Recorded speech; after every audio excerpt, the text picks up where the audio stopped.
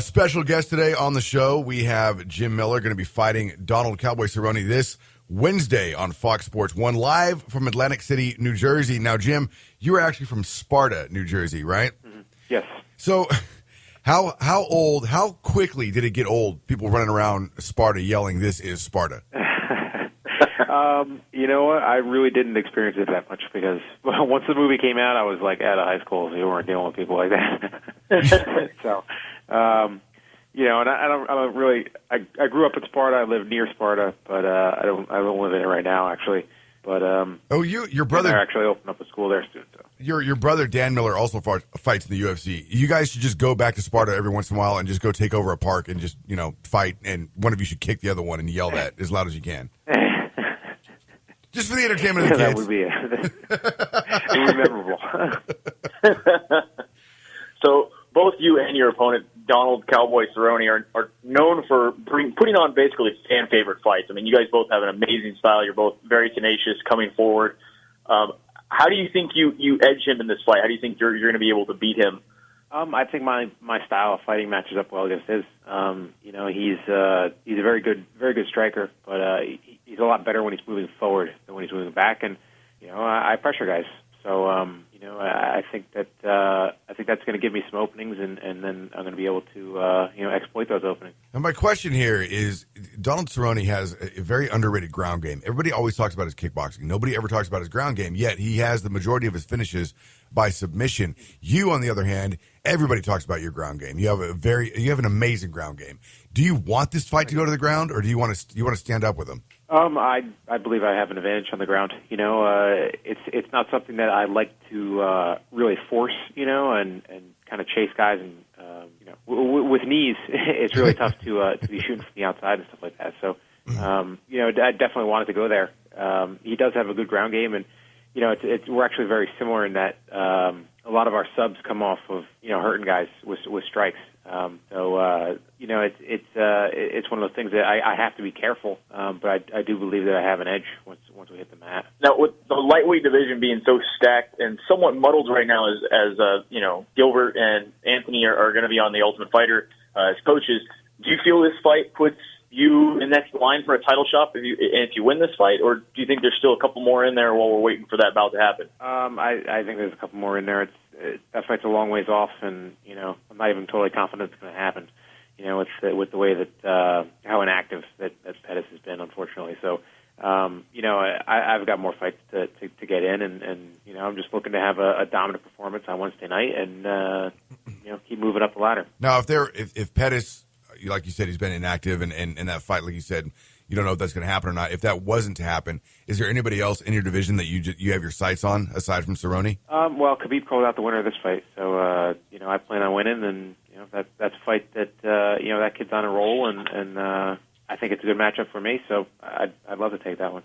Now, you recently revealed on, at least to me, it was revealed that on Fox Sports 1 UFC Tonight that you like to brew beer in your off time besides training. Yeah. What's your absolute favorite beer? Like homebrew or commercial? Let's do both. What's your favorite homebrew, and then what's your favorite commercial beer?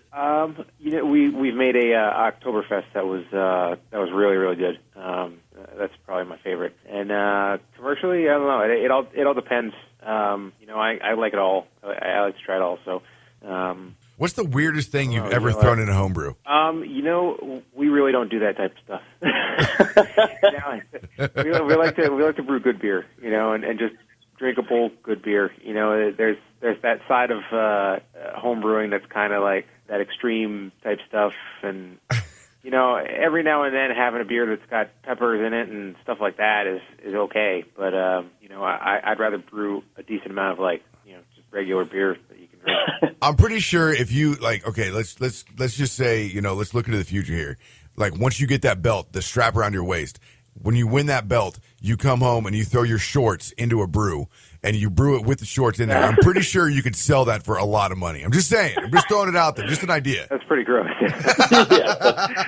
No, Joey, that's not good.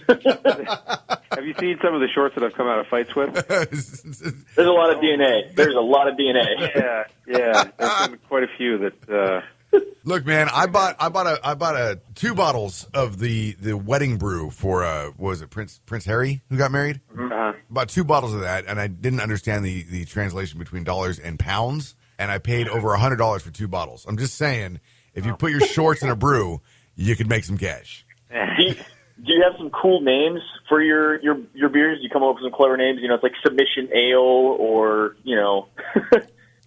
We have the Oktoberfest is Oktoberfest, just because it's easy. Creative. Yeah.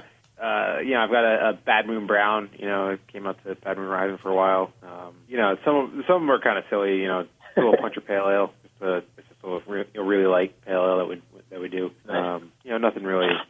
All right. Well, we got this this Wednesday. It's going down UFC Fight Night 45, Cerrone versus Miller.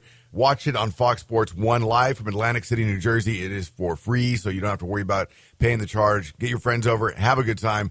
Before we let you go, we got one more question for you. It's a who would win in a fight question. Dodge, go ahead, man. All right. So, Jim, who would win in a fight? A bear with machine guns for hands and feet, or a pterodactyl that poops chainsaws? Well, probably the pterodactyl.